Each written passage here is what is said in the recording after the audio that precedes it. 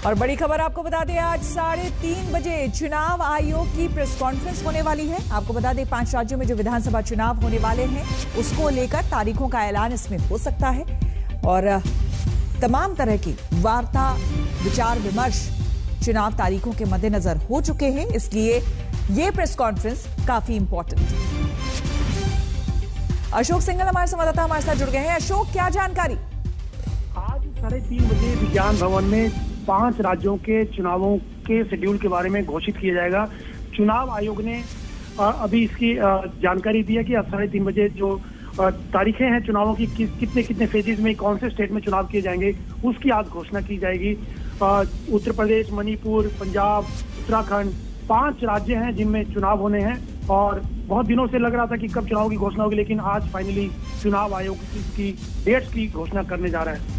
बिल्कुल, फिलहाल अभी इस बारे में कोई जानकारी मिल पाई है अशोक कि उत्तर प्रदेश में, क्योंकि सबसे बड़ा राज्य है, ऐसे में कितने फेज में वहां पर चुनाव हो सकते हैं? हालांकि ये कयास ही होगा, लेकिन क्या आपको कोई जानकारी? देखिए, अभी कयास, सही बात है कि कयास होगा, लेकिन क्योंकि उत्तर प्रदेश बड़ा राज्य है तो वहां पे करीब 4 से 5 फेजेज में चुनाव कराए जा सकते हैं। पंजाब में 2 फेजेज में चुनाव कराए जा सकते हैं, लेकिन हमको इंतजार करना होगा चुनाव आयोग की प्रेस कॉन्फ्रेंस का। लेकिन जो बड़े राज्य हैं वहां पर ज्यादा से ज्यादा फेजेज में करवाने की कोशिश की जाएगी। और इस बीच अशोक, एक बड़ी खबर, एक बड़ी बात और चिंता की बात यह है कि चुनाव के ऐलान होने वाले हैं, आज चुनाव तारीखों के ऐलान होने वाले हैं, लेकिन इस बीच लगातार जिस तरह से कोरोना और साथ ही साथ ओमिक्रॉन के मामले बढ़ते जा रहे हैं, वो भी एक चिंता का विषय। बिल्कुल, सबके चिंता का विषय। और चुनाव आयोग ने अलग अलग राज्यों में तो दौरा किया ही था, वहाँ के हेल्थ सेक्रेटरी और दूसरे अधिकारियों से मुलाकात की थी और दिल्ली में भी जो हेल्थ सेक्रेटरी हैं उनसे भी मुलाकात की थी और पूरा जायजा लिया गया था कि कोरोना के क्या हालात है, कैसे बंदोबस्त किए जाएंगे, तमाम कोरोना प्रोटोकॉल का पालन करते हुए ये चुनाव किए जाएंगे। क्योंकि अलग अलग पॉलिटिकल पार्टी से भी मुलाकात की थी चुनाव आयोग में, उत्तर प्रदेश हो या बाकी राज्यों में, उनसे राय जानी गई थी कि कैसे चुनाव करवाए जाएं, नहीं करवाए जाए, उनकी राय जानी गई थी। तो अलग अलग पॉलिटिकल पार्टीज ने चुनाव करवाने को लेकर के अपनी राय दी थी और उसी तमाम एक्सरसाइज के बाद ही, तमाम तैयारियों के बाद ही चुनाव आयोग ने फैसला किया है कि चुनाव की घोषणा 3:30 बजे कर दी जाएगी। बिल्कुल, हालांकि चुनाव आयोग की तरफ से ही अशोक पहले ये कहा गया था कि अगर संभव हो, पॉलिटिकल पार्टी से कहा गया था तो इस चुनाव को टाल दिया जाए, लेकिन वो नहीं माने और इसी समय पर जो पहले से तय समय निर्धारित किया गया था उसी पर वो चाह रहे थे चुनाव हो। बिल्कुल, तो सभी पॉलिटिकल पार्टीज ने जो ड्यू डेट थी, चुनावों की डेट थी, उन पे ही चुनाव कराने के लिए बोला था कि इन्हीं तमाम तारीखों पे चुनाव कराने जाए। लेकिन चुनाव आयोग ने पूरी एक्सरसाइज की थी, पॉलिटिकल पार्टी से बात की, हेल्थ मिनिस्ट्री के लोगों से बात की, जो संबंधित लोग हैं उनसे बात की, कोरोना के हालात की समीक्षा की गई, कितने कोरोना बढ़ सकता है। जिस दिन से कोरोना, जब इन्होंने एक्सरसाइज शुरू की थी उतना कोरोना नहीं बढ़ा था, उतने केसेस नहीं आ रहे थे, लेकिन लगातार जिस दिन से केसेस बढ़ रहे हैं और अनुमान लगाया जा रहा था कि पीक हो सकता है जनवरी के लास्ट में या फरवरी में। तो तमाम चीजों का विश्लेषण करने के बाद ही चुनाव आयोग ने फिर अपनी बैठक की थी, हेल्थ मिनिस्ट्री के अधिकारियों से बैठक की, सेक्रेटरी से बातचीत की और तमाम समीक्षा करने के बाद तमाम बंदोबस्त को ध्यान में रखते हुए कि कैसे बंदोबस्त करने पड़ेंगे, अगर कोरोना पीक पे होगा इस चुनावों की डेट्स के दौरान तो कैसे निपटा जाएगा, किस ढंग से चुनाव कराए जाएंगे, तमाम बातों पर ध्यान देने के बाद ही आखिर आज चुनाव आयोग तारीखों का ऐलान करने जा रहा है। क्या इस प्रेस कॉन्फ्रेंस में कुछ और भी दिशा निर्देश पार्टियों को और उनकी रैलीज को दिए जा सकते हैं अशोक? बिल्कुल, ये तो संभावित है कि चुनाव आयोग तमाम पॉलिटिकल पार्टीज को चुनावों की रैलीज को लेकर के और तमाम प्रोटोकॉल, जो कोरोना प्रोटोकॉल्स हैं, उनका पालन करने के तहत निर्देश जरूर दे सकता है। क्योंकि अभी भी कुछ पार्टियों ने चुनावी रैलियों को लेकर के बीच में कुछ, कांग्रेस पार्टी ने भी कैंसिल की थी, समाजवादी पार्टी की कैंसिल हुई, फिर बीजेपी की कैंसिल हुई थी कुछ प्रोग्राम।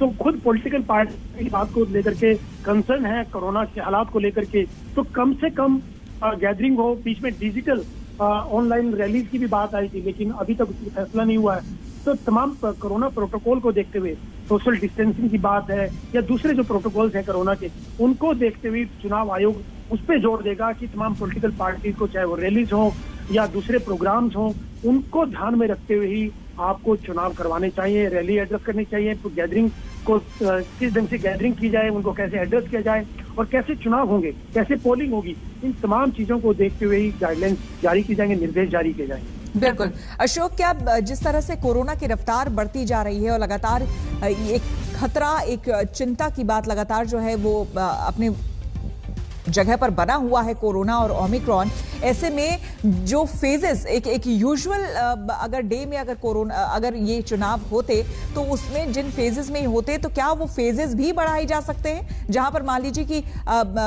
5 फेज में या 4 फेज में इलेक्शन होना है, चुनाव होने हैं, वहां पर उसे बढ़ाया भी जा सकता है? देखिए, मुझको नहीं लगता कि ज्यादा बढ़ाया जाएगा।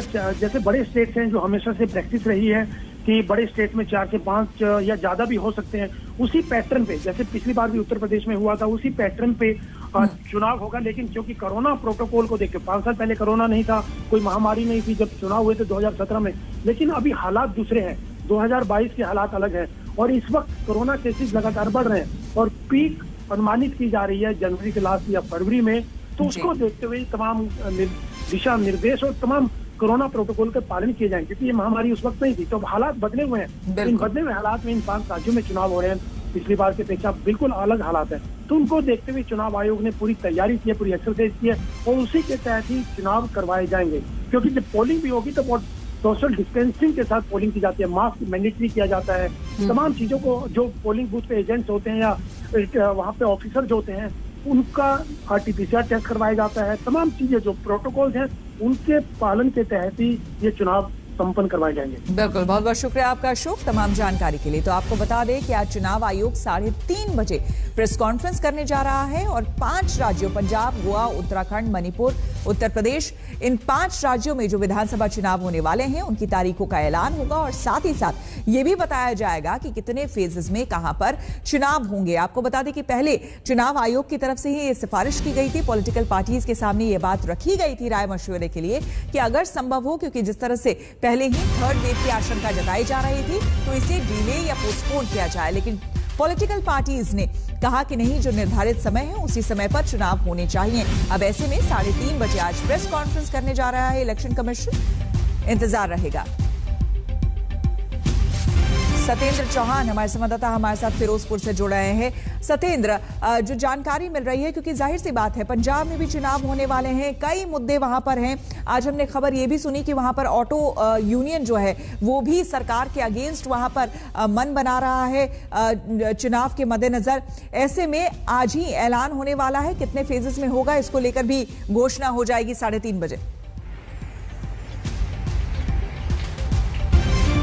जी देखिए, बिल्कुल सभी राजनीतिक दलों ने चुनावों की तैयारियां मुकम्मल करके रखी हुई हैं और आप देख रहे हैं फिरोजपुर में हम किस वजह से मौजूद हैं। यहां पर प्रधानमंत्री मोदी की रैली होनी थी और रैली के बाद एक विवाद बन गया। तो कुल मिलाकर चाहे आम आदमी पार्टी हो, अकाली दल हो, कांग्रेस हो, भाजपा हो, सभी राजनीतिक दलों ने चुनावों को देखते हुए पूरी तैयारी कर ली है और सरकार में जो है मुख्यमंत्री चरणजीत सिंह चन्नी ने अभी हाल ही में अपने 100 दिन पूरे किए हैं। इससे पहले कैप्टन अमरिंदर सिंह मुख्यमंत्री थे और अब की बार पंजाब की अगर बात करें तो श्वेता, ये चुनाव कहीं ना कहीं पहली बार ऐसा हो रहा है जिसमें बहुत ही दिलचस्प मुकाबला होने वाला है। क्योंकि देखिए, वर्षों से कांग्रेस में रहे कैप्टन अमरिंदर सिंह अब की बार कांग्रेस के खिलाफ चुनाव लड़ रहे हैं। हमेशा से सहयोगी रहे भाजपा और अकाली दल गठबंधन अब की बार एक दूसरे के खिलाफ चुनाव लड़ रहे हैं। आम आदमी पार्टी की बात करें तो आम आदमी पार्टी को पिछले चुनावों में 20 सीटें मिली थी, 20 में से आधे से ज्यादा विधायक पार्टी को छोड़कर दूसरे दलों में जा चुके हैं। अमूमन कांग्रेस की भी ऐसी हालत है। कांग्रेस में मौजूदा विधायक चाहे फतेह बाजवा हो, राणा गुरमीत सिंह सोडी हो, जो कैबिनेट मंत्री रहे, वो छोड़कर भारतीय जनता पार्टी को ज्वाइन कर चुके हैं। तो जिस तरीके से चुनावों का समय पास आ रहा है, राजनीतिक क्रिया प्रतिक्रिया बड़ी तेज तर्रार तरीके से घूम रही है और इसमें समझ में नहीं आ रहा है नेताओं को कि ऐसे माहौल में किस पार्टी का दामन थामे। हर एक पार्टी में टूट हो रही है, चाहे अकाली दल की बात करें, चाहे भाजपा की बात करें, आम आदमी पार्टी की बात करें, कांग्रेस की बात करें, हर एक राजनीतिक दलों में कहीं ना कहीं। आपने बिल्कुल सही कहा सत्येंद्र, आपने बिल्कुल सही कहा सत्येंद्र कि वहां पंजाब का जो चुनाव है कई मायनों में काफी दिलचस्प होने वाला है और नजर रहेगी सबकी। ऐश्वर्या पालीवाल दिल्ली से हमारी संवाददाता हमारे साथ जुड़ी हुई हैं। ऐश्वर्या, आपके पास क्या कुछ जानकारी? 3:30 बजे प्रेस कॉन्फ्रेंस होने वाली है चुनाव आयोग की, ऐसे में क्या कुछ इस प्रेस कॉन्फ्रेंस में कहा जा सकता है? देखिए श्वेता, एक बात मैं आपको बता दूं, जो सुनने में आ रहा है वो ये है कि इलेक्शन कमीशन गाइडलाइंस भी आज ही निकाल देगा और गाइडलाइंस में पता ये चल रहा है कि 500 से ज़्यादा लोगों को रैली में आने की अनुमति नहीं है और पार्टियों को ये कहा जाएगा कि रैलियां आप ना करें, आप वर्चुअल रैली करें। इसका मतलब सोशल मीडिया का उपयोग आने वाले चुनाव में बहुत बढ़ जाएगा। दूसरी बात जो सुनने में आ रही है, पंजाब में पिछली बार एक फेज में चुनाव हुआ था, अब की बार 2 फेजेज में हो सकता है और उत्तर प्रदेश में भी पिछली बार जो चुनाव हुआ था वो 7 फेजेज में था, अब की बार सुनने आ रहा है कि वो बढ़कर 8 फेजेज में हो जाएगा। बाकी जो चुनाव है वो एक फेज में निपटा दिए जाएंगे। चुनाव आयोग ये भी कहेगा कि बहुत सख्ती से कोविड के जितने भी प्रोटोकॉल्स हैं अब की बार लागू किए जाएंगे। श्वेता, आपको बता दूं, पॉलिटिकल पार्टीज पर इलेक्शन कमीशन की बहुत कड़ी नजर रहेगी अब की बार और कहीं पर भी अगर कोविड के प्रोटोकॉल्स का उल्लंघन किया गया तो अब की बार पेनल्टी लगने के भी बहुत ज्यादा चांसेस हैं। बिल्कुल। लखनऊ से संतोष हमारे संवाददाता हमारे साथ जुड़े हैं। संतोष, बताया जा रहा है कि कम ही जल्द से जल्द किस तरीके से और सुरक्षित तरीके से चुनाव कराया जाए, ये मुख्य उद्देश्य रहेगा और कंसर्न रहेगा चुनाव आयोग का। देखिए, बिल्कुल, जब केंद्रीय चुनाव आयोग की टीम उत्तर प्रदेश के दौरे पर आई और तमाम जो राजनीतिक दलों से, अफसरों से फीडबैक लेने के बाद ये जरूर माना जा रहा है कि जिस तरीके से कोविड की तीसरी लहर बढ़ रही है, उसका इन्फेक्शन बहुत तेजी से बढ़ रहा है, उसको देखते हुए उत्तर प्रदेश में जो चुनाव होने वाले हैं उस पर चुनाव आयोग वर्चुअल रैली यानी डिजिटल मीडियम से ही मतदाताओं के बीच जो चाहे पॉलिटिकल पार्टीज हो या पॉलिटिकल लीडर्स, उनको जाने के लिए पाबंदियां लगा सकता है कि वो सीधे नहीं रैली भी करेंगे तो 500 से ज्यादा नहीं रैली लोग शामिल होंगे और वर्चुअल रैली पर ज्यादा एम्फेसाइज होगा चुनाव आयोग का। उत्तर प्रदेश सबसे बड़ा राज्य होगा, लिहाजा उसके जो चुनाव के जो चरण होंगे वो 7 से 8 हो सकते हैं, लेकिन केंद्रीय चुनाव आयोग का जो 3:30 बजे प्रेस कॉन्फ्रेंस के बाद जो दिशा निर्देश आएंगे वो सबसे अहम होगा कि उत्तर प्रदेश में जो चुनावी रैलियां हैं उसको कोविड प्रोटोकॉल के तहत ही किया जाए और मेन फोकस उसका डिजिटल रैलियों पर ही होने वाला है। जी बिल्कुल। सत्येंद्र हमारे साथ लगातार बने हुए हैं। सत्येंद्र, अगर हम रैलियों की बात करें, क्योंकि हमने देखा था कि कोविड के दौरान ही पश्चिम बंगाल में जब चुनाव हो रहे थे, रैलियों में किस तरह से भीड़ वहां पर देखने को मिली थी और उसके बाद कोरोना विस्फोट भी हमने देखा था। इस बार कोई रिस्क केंद्र सरकार भी नहीं लेना चाहेगी। आने वाले समय में क्या कुछ बड़ी रैलियां वहां पर लाइंड अप हैं अलग अलग पार्टीज की, इस बारे में कोई जानकारी जिसमें चेंजेस आ सकते हैं? देखिए श्वेता, वैसे तो अगर आप कांग्रेस की बात करें तो कांग्रेस पार्टी ने ऐलान कर दिया था कि वो कोविड को देखते हुए बड़ी रैलियां नहीं करेंगे, लेकिन पंजाब की अगर बात करें तो पंजाब में लगातार रैलियों का दौर जारी है और खासकर कांग्रेस पार्टी लगातार रैली कर रही है। एक तरफ चरणजीत सिंह चन्नी है तो दूसरी तरफ कांग्रेस के अध्यक्ष नवजोत सिंह सिद्धू हैं जो लगातार पंजाब भर में रैलियां कर रहे हैं। लेकिन यहां पर थोड़ा सा ये हुआ है कि मुख्यमंत्री चरणजीत सिंह चन्नी के बेटे, बहू और उनके परिवार में कई लोग कोरोना पॉजिटिव है, तो लिहाजा अब चरणजीत सिंह चन्नी को भी आइसोलेशन में जाना पड़ेगा, क्योंकि अभी कल की जो रैली थी उसमें उनके बेटे उनके साथ खड़े थे, बहुत सारे लोग थे। तो कोरोना की महामारी की अगर बात करें तो ये जो है पंजाब भी इससे अछूता नहीं है और पंजाब में भी आप देखिए कि पिछले 2 दिनों से लगातार इटली से फ्लाइट आ रही हैं। कल जो रोम से फ्लाइट आई थी उसमें 150 व्यक्ति कोरोना पॉजिटिव मिले थे। अमृतसर में फ्लाइट आई थी, परसों फ्लाइट आई थी, उसमें 125 लोग कोरोना पॉजिटिव मिले थे। तो यहां पर एक तरफ पंजाब में कोरोना फैल रहा है तो दूसरी तरफ विदेशों से जो लोग आ रहे हैं उसमें एक बड़ी तादाद में कोरोना की बीमारी उनके साथ आ रही है। तो कुल मिलाकर राजनीतिक माहौल में अब हालांकि इलेक्शन कमीशन क्या गाइडलाइन देता है वो 3:30 बजे पता चल जाएगा और लेकिन अमूमन जो सोच यही है कि अब आगे का जो चुनावी कार्यक्रम है वो डिजिटल या फिर सोशल मीडिया के थ्रू होना चाहिए, क्योंकि अगर रैलियों में लाखों हजारों की तादाद में लोग आएंगे तो इस बीमारी के फैलने के बहुत ज्यादा चांसेस बढ़ जाते हैं। तो कुल मिलाकर राजनीतिक माहौल एक तरफ से अब गर्मा जाएगा, गर्मजोशी का माहौल पहले ही पंजाब में बना हुआ है। प्रधानमंत्री मोदी की रैली के बाद से खासकर तमाम दल एक दूसरे के ऊपर आरोप प्रत्यारोप लगा रहे हैं। तो अब जब चुनावों का ऐलान हो जाएगा, तारीख फिक्स हो जाएगी और मॉडल कोड ऑफ कंडक्ट लागू हो जाएगा तो उसके बाद से एक बार फिर से ये राजनीतिक माहौल गरमाना शुरू हो जाएगा। श्वेता, ऐश्वर्या, ये देखने वाली भी बात होगी क्योंकि इस बार ओमिक्रॉन का खतरा काफी ज्यादा है और ओमिक्रॉन के बारे में ये देखा गया है कि संक्रमण दर जो है उसका काफी ज्यादा है, बहुत जल्दी वो मल्टीप्लाई करता है। ऐसे में जो पुराने नियम कायदे कानून थे कोविड के समय में इलेक्शन के दौरान, लगता है कि शायद उसमें भी कुछ चेंजेस किए जाएंगे क्योंकि सिर्फ सोशल डिस्टेंसिंग और मास्क लगाने से काम चलेगा।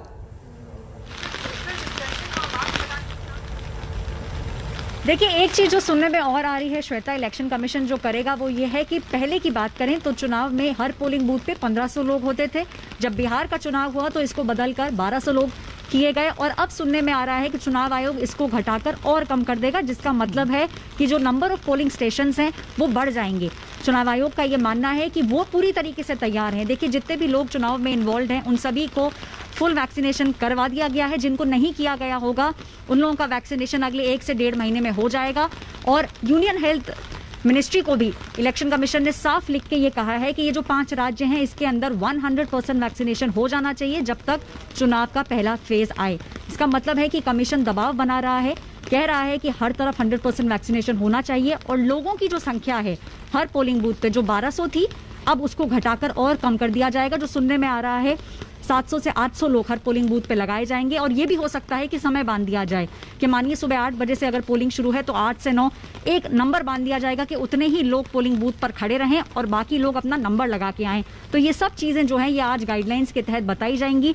लेकिन एक बात जरूर है कि रैलियां जिस तरीके की हमें देखने को मिलती थी पहले श्वेता, वो अब नहीं मिलेंगी। लोगों पर एक अंकुश लगा दिया जाएगा।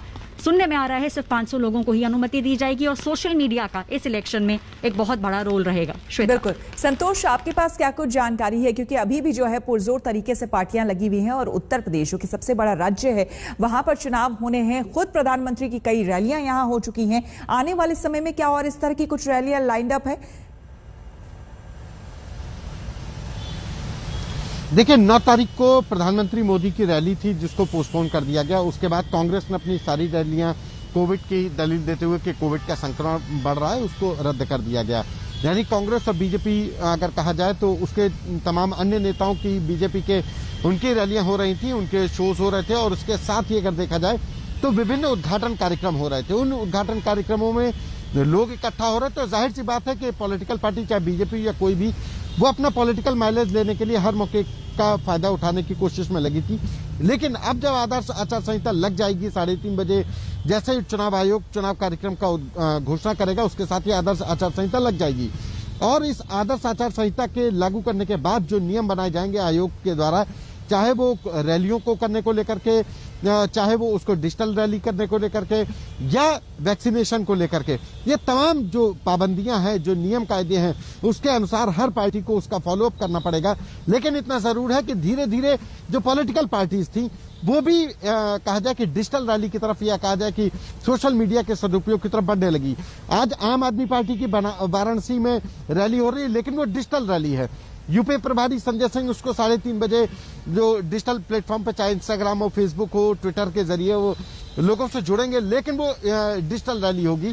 तो ये इस तरीके से अब पॉलिटिकल पार्टीज भी तैयार हो गई थी। उनको शायद कहीं ना कहीं इस बात का अंदेशा भी लग रहा था कि कोविड का जो संक्रमण बढ़ रहा है उत्तर प्रदेश में तेजी से बढ़ रहा है, ऐसे में उत्तर प्रदेश बहुत अहम हो जाता है। 403 विधानसभा है और यहाँ पर जब पॉलिटिकल पार्टीज ने केंद्रीय चुनाव आयोग से मुलाकात की तो उनका सभी का इस बात पर जोर था कि जो रैलियां हो वो लिमिटेड हो और इसके साथ ही रैलियों में जो संख्या हो उसमें कोविड प्रोटोकॉल का पालन किया जाए, कहीं संक्रमण फैलने ना पाए। इस बात का सभी दलों ने अपील की थी चुनाव आयोग ने। और अब जब 3:30 बजे के लगभग चुनाव आयोग कार्यक्रम की घोषणा करेगा, 5 राज्यों में आदर्श आचार संहिता लागू हो जाएगी, उसके बाद से ये तय हो जाएगा कि पॉलिटिकल पार्टीज की जो रैलियों का जो मजमा इकट्ठा होता था, हजारों की संख्या में लोग आते थे, हर पॉलिटिकल पार्टी अपने जिलों से, अन्य जिलों से भी लोगों को बुलाकर हुजूम इकट्ठा करती थी, उस पर कहीं ना कहीं पाबंदी लग जाएगी। क्योंकि चुनाव आयोग इस कोरोना के संक्रमण को लेकर के बेहद गंभीर है। जब चुनाव आयोग से हम लोगों ने भी बात की, जब 3 दिन के दिवसीय दौरे पर केंद्रीय चुनाव आयुक्त आए थे पूरी टीम के साथ, तो उन्होंने साफ तौर पर कहा कि हमारा कंसर्न चुनाव सकुशल संपन्न कराने के साथ साथ मतदाता की सुरक्षा पर भी है कि कोविड के प्रोटोकॉल के तहत, चाहे वो पोलिंग बूथ हो, पोलिंग स्टेशन हो, वहां पर कोविड के प्रोटोकॉल का अक्षरशः पालन किया जाए, बहुत कड़ाई से पालन किया जाए, किसी भी तरीके से भीड़ इकट्ठा न होने पाए। इस बात को उन्होंने साफ तौर पर इशारा भी किया था कि केंद्रीय चुनाव आयोग का कंसर्न क्या है। और अब जब कार्यक्रम लागू हो जाएगा, कार्यक्रम बाहर आ जाएगा, तब पता चलेगा कि पाबंदियों में संख्या कितनी होगी। रैलियों में 500 लोग की अनुमति दी गई है या फिर जो डिजिटल रैलीज होनी है उसके लिए क्या नॉर्म्स बनाए गए हैं। क्योंकि सबसे बड़ा जो प्रॉब्लम आएगी वो छोटे दलों के लिए आएगी। बीजेपी, कांग्रेस, बसपा, अगर ये कहा जाए आम आदमी पार्टी भी अब उस श्रेणी में आ जाती है कि इनके पास ये बड़े दल हैं, इनके पास अपनी सरकारें, पार्टी के अपने फंड हैं। लेकिन जो छोटे दल हैं उत्तर प्रदेश में, जो इस बार की राजनीति, उसमें छोटे दल एक बहुत इंपॉर्टेंट हो जाते हैं। चाहे वो ओम प्रकाश राजभर का दल हो, चाहे संजय निषाद का दल हो, चाहे आरएलडी हो, इनके पास अपने कैडर वोट को समझाने के लिए इनको वहां तक जाना पड़ेगा। ऐसे में डिजिटल प्लेटफॉर्म इनके लिए कितना मुफीद होगा, क्योंकि जहां तक अभी तक हमने देख पाया कि छोटे दलों के पास सोशल मीडिया से अपने लोगों तक पहुंच पाना थोड़ा सा वो पिछड़ जाते हैं, फंड की कमी की वजह से, या डिजिटल उनके पास इक्विप्ड नहीं है। लेकिन अब देखना होगा कि केंद्रीय चुनाव आयोग की घोषणा के बाद, पाबंदियों के बाद, ये छोटे दल किस तरीके से करते हैं। और बड़े दलों पर तो नजर रहेगी, चाहे वो बीजेपी हो, चाहे कांग्रेस हो, चाहे वो बीएसपी हो। सभी दलों को अक्षरशः पालन करना होगा जो कोविड के तहत जो नियम बनाए जा रहे हैं। जी बिल्कुल सत्येंद्र, पूरी तरह से डिजिटलाइज्ड लगभग अगर ये समझा जाए कि आने वाले समय में अब जो चुनाव प्रचार होंगे वो डिजिटल माध्यम से ज्यादा किए जाएंगे। आज प्रियंका गांधी जो हैं वो भी चुनाव प्रचार कर रही हैं, लेकिन वो डिजिटल माध्यम से होगा, यूट्यूब पर लाइव होगा, उनके इंस्टा ट्विटर हैंडल पर लाइव होगा, कुछ इस तरह से। क्या इस तरह से करने से, मुख्य तौर पर अगर हम पंजाब की बात करें और वहां की चुनाव व्यवस्था की बात करें, मुख्य पार्टियां तो कांग्रेस वर्सेस बीजेपी वर्सेस आम आदमी पार्टी भी आप कह सकते हैं, ये त्रिकोणीय एक तरह से वहां पर मामला है, लेकिन इनमें से किसी को दिक्कत? देखिए, त्रिकोणीय नहीं, चार कोणीय मुकाबला है। एक तरफ कांग्रेस पार्टी है, दूसरी तरफ आम आदमी पार्टी है, तीसरी तरफ अकाली और बसपा का गठबंधन है, तो चौथी तरफ कैप्टन अमरिंदर सिंह और भारतीय जनता पार्टी का गठबंधन है।